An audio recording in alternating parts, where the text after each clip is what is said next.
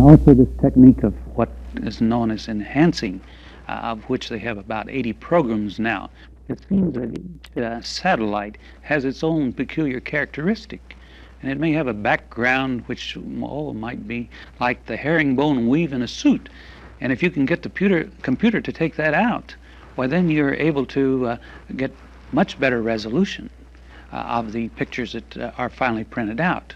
We've heard so much about this dust storm that's giving them trouble photographing the surface of Mars. Yes, even from the beginning when they were out a 500,000 miles, why they recognized that there was quite a dust coverage in the atmosphere over Mars. Again, this has happened in the past near opposition, which we went through last August 10th. Well, how long do they expect the storm to last? Well, different people have reported it as lasting different lengths back through history. And again, some people say that it could last as long as up until next March. However, everyone's hoping, and as you sit there and look at the TV cameras, receivers, you're definitely looking for something that you recognize on the surface.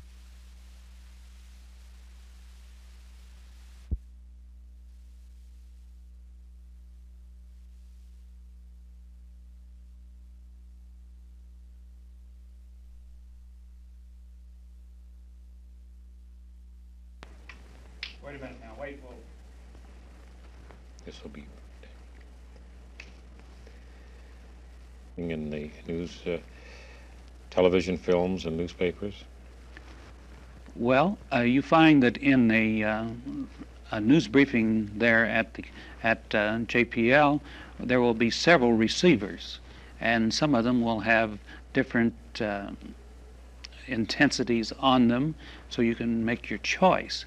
Also, with the computers right there on the grounds, they are able to say, the scientists in charge of this little segment they're looking at, please rerun that batch of data, and let's take a different view. Instant replay. Instant replay. This is good. Of course, the data has been stored after it comes across that 7 minutes of space between the spacecraft and Goldstone, has been stored in a drum, and this in turn permits it to be used many times over and over, with the computer selecting the part that you say, I want to look at that a little closer. What's the feeling of the scientists at the Jet Propulsion Laboratory regarding life on Mars? Well, again, we do not expect to see large farms on Mars, and in fact we could not see anything that was any smaller than, say, the length of this Cooper Science Complex building.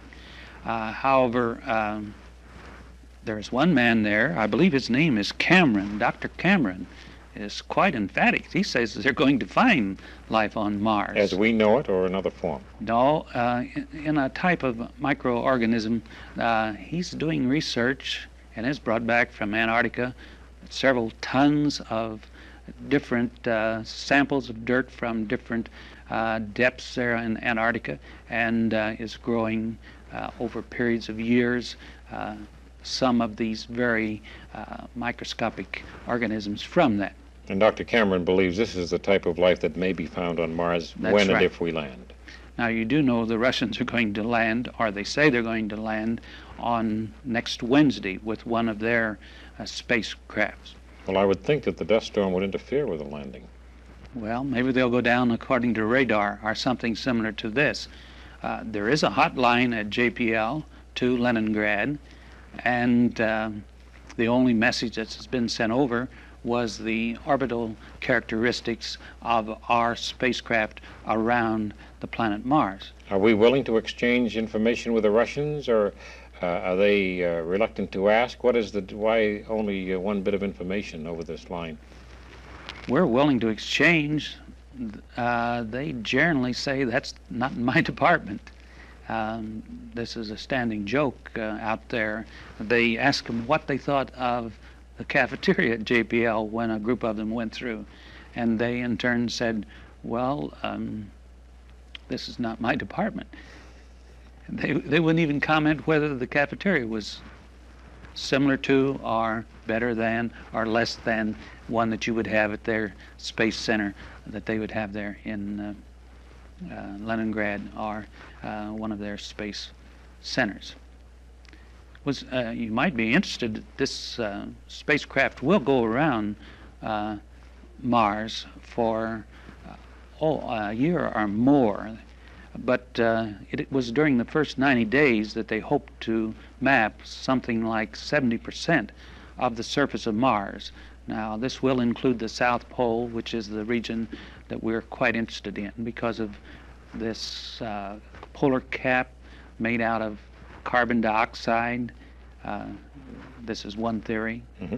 Let's take a look at the pictures, Dr. Sprague. Certainly.